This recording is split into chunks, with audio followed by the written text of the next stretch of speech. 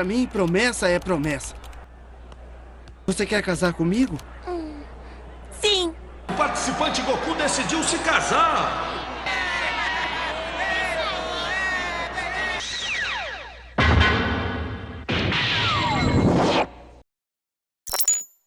Você por acaso algum dia sonha em ter uma família? Ter uma casa, ter seus filhos, ter uma mulher querida por perto, mas não consegue se imaginar conseguindo? Não consegue se imaginar realizando esse sonho? Seu avô e seu pai foram grandes homens, que conquistaram suas esposas, construíram suas casas e sustentam suas famílias. E agora, você sente que tem a responsabilidade de fazer o mesmo. Mas quando você tenta conquistar aquela garota que você tanto gosta, você não consegue. E agora tá se remoendo por achar que é o elo fraco da família. Mas por que é tão difícil?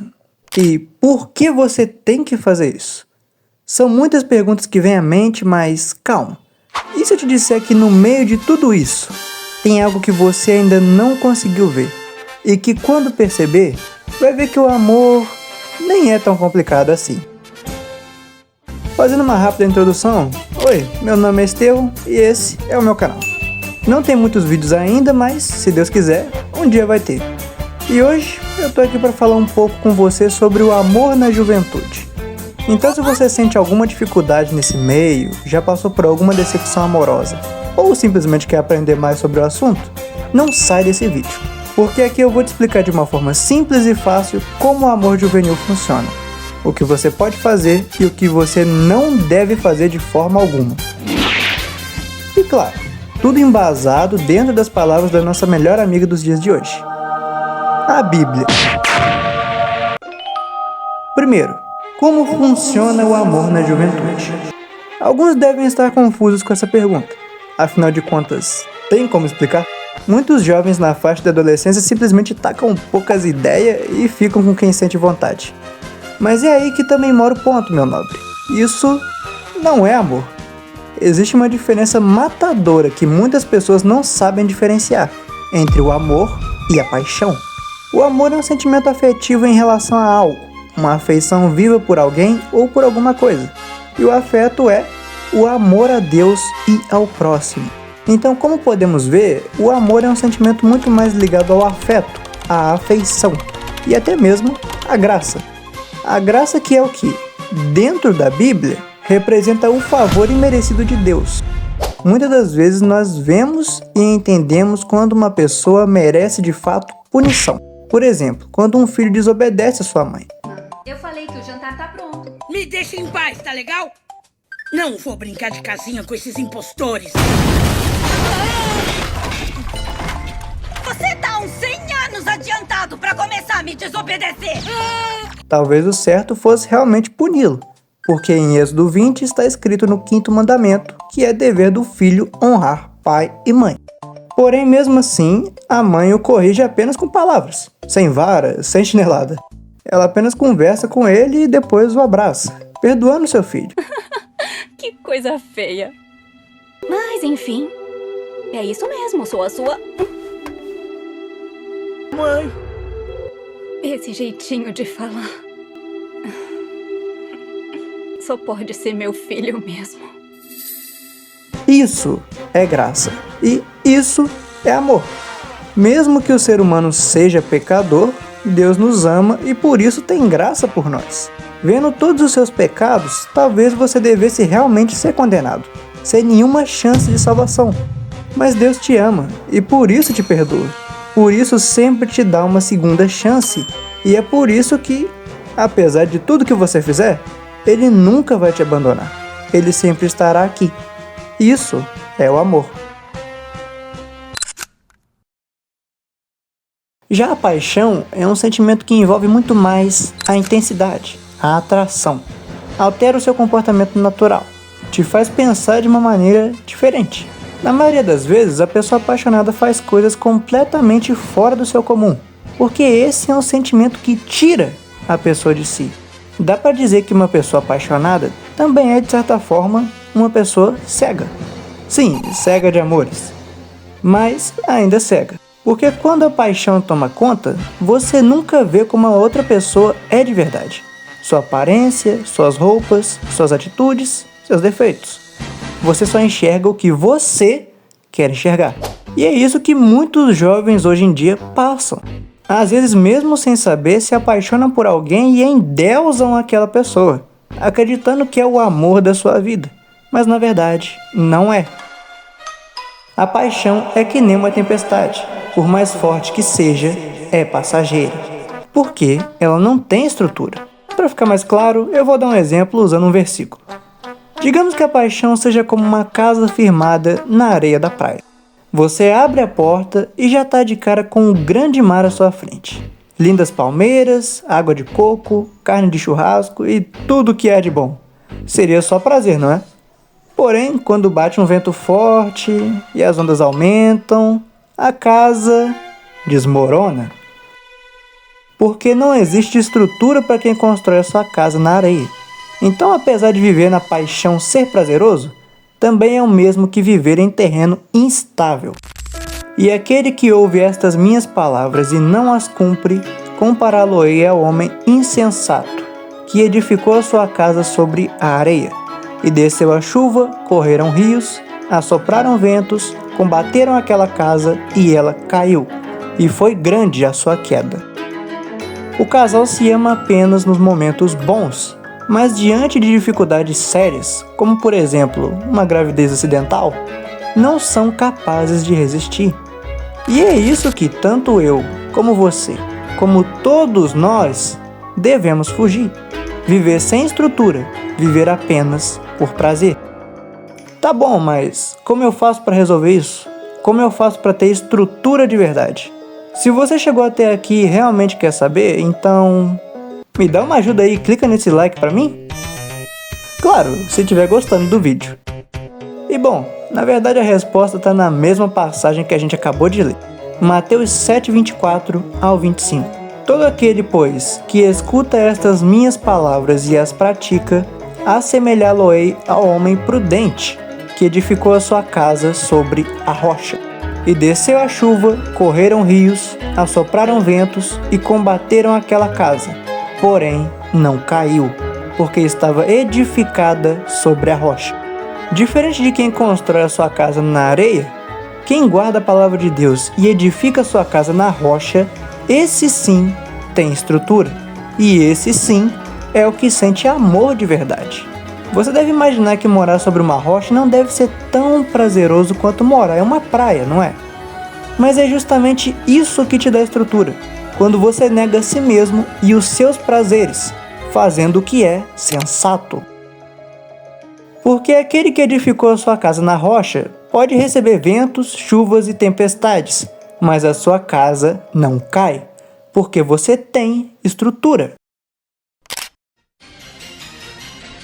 E como eu faço para edificar a minha casa na rocha? Você vai ter que literalmente levantar o seu teto em cima de uma pedra? Não é isso. Pode ficar tranquilo. Para ficar mais claro, imagine que a casa é a sua vida. Talvez seja bela, talvez seja forte. Mas independente do que seja, toda casa precisa de uma base. E essa base é Cristo Jesus. Então toda vez que você ouve um louvor, ora nas madrugadas e se guarda do mundo, você está edificando a sua casa na rocha, porque você está se estruturando em Deus. Você sabe que por si mesmo não daria conta de tudo. O vento e a chuva forte iriam te derrubar, mas você não cai, porque a sua estrutura está firmada na rocha, que é Jesus Cristo. E como isso tudo se encaixa com o amor na juventude? Bom, para você que ainda não está em um relacionamento, tenha em mente o seguinte: não é qualquer mulher que vai ser a ideal para sua vida. Como o próprio versículo diz, mulher virtuosa, quem a achará? Então não saia por aí pensando que só porque uma garota é bonita, ela é de valor. Então primeiro, tenha paciência. E não se deixe enganar pelas paixões da vida. Com o tempo tudo vai acontecer, então não fique se angustiando com isso. Você só tem que esperar o tempo certo de Deus. E o mais importante enquanto você espera é, assim como eu tô falando o vídeo todo, você tem que se estruturar. Porque quem não edifica sua casa em uma base forte é derrubado com facilidade. Segundo, coloque Deus em primeiro lugar. Supondo que você saia desse vídeo aqui com a sua casa plantada na rocha, mas você escolhe mal a sua companheira e ela começa a te chamar para festas, para bares e várias coisas que vão te afastar de Deus. Isso vai te tirar da sua estrutura. Por isso é que não se deve ter pressa, porque a mulher também é a base do homem. Ela deve te ajudar a se estabelecer sólido. Mas se não for a mulher certa, ela também pode te tirar da casa que você ficou anos trabalhando, te tirar da presença de Deus e te levar para uma vida de prazeres do pecado, onde Deus não vai edificar e abençoar a sua casa. Então, se por acaso algum dia isso vier a acontecer com você, lembre-se que primeiro vem Deus na sua vida. É Ele quem te guia, quem te dá livramento e abençoa a sua vida. Não vale a pena perder a intimidade que você tem com Deus em troca de qualquer prazer que uma namorada possa te dar. E para você que já está em um relacionamento, procure conhecer a pessoa que está ao seu lado.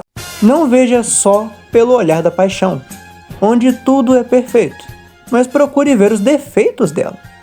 Você pode até dizer que não se importa com os defeitos, mas tome cuidado, porque isso pode ser uma mentira que você conta para si mesmo. A questão é que enquanto você está apaixonado, você não se importa porque literalmente você não vê os defeitos. Esse é um dos delírios da paixão. Mas é importante lembrar que a paixão é passageira, e quando ela passar, você pode já estar casado com alguém que você não conhece. Porém, se você conseguir ver os defeitos da pessoa e mesmo assim amar ela, isso sim é amor, porque você aceitou como ela é e decidiu amá-la mesmo assim. Agora escuta o seguinte, se você já sabe que ama ela, que você realmente tem esse sentimento, também tenha em mente que o amar não deve ficar só nos seus instintos. Lembre-se que Deus nos fez criaturas racionais, então não fique só no que você sente, mas também aprenda a amar com atitudes. Lembre-se que para amar é necessário perdoar, ter paciência e também compreensão. O amor é paciente, é benigno, o amor não arde em ciúmes, não se vangloria e não se ensoberbece. Vão ter vezes em que vocês dois vão brigar e vão ter desentendimentos, e isso é normal. Mas se amarem de verdade um ao outro, vão sentar à mesa e conversar como adultos. Porque apesar de vocês serem jovens, vocês precisam levar o relacionamento de vocês a sério. Hoje é um namoro, mas se tudo der certo, daqui a alguns anos essa pode ser a mulher da sua vida. Então valorizem a presença um do outro e não queiram perder isso por causa de qualquer briga. Porque o amor não é só prazer e bons momentos. Vocês vão passar por dificuldades. Porém, quando o casal é edificado na rocha de Jesus Cristo, tudo sofre, tudo crê, tudo espera, tudo suporta. E claro, a parte mais importante. Seja bendita a sua fonte. Alegre-se com a esposa da sua juventude. Se você já tem uma companheira que você ama ao seu lado, da qual você já conhece seus defeitos, suas qualidades e mesmo assim ama ela, então orem juntos, apeçem noivado e no tempo certo se casem. Mesmo que vocês talvez ainda se achem muito novos para isso, talvez na faixa de uns 20 anos, façam. Porque essa é a vontade de Deus, que vocês caminhem juntos na sua presença. Mas para fazer isso, vocês precisam dar esse passo à frente e selar esse compromisso. Eu sei que muitos por aí, talvez até amigos seus, dizem que casar cedo é atrasar a sua vida. Mas não se deixe intimidar com isso, porque a verdade é que isso é muito relativo e nem tem tanto a ver com a idade.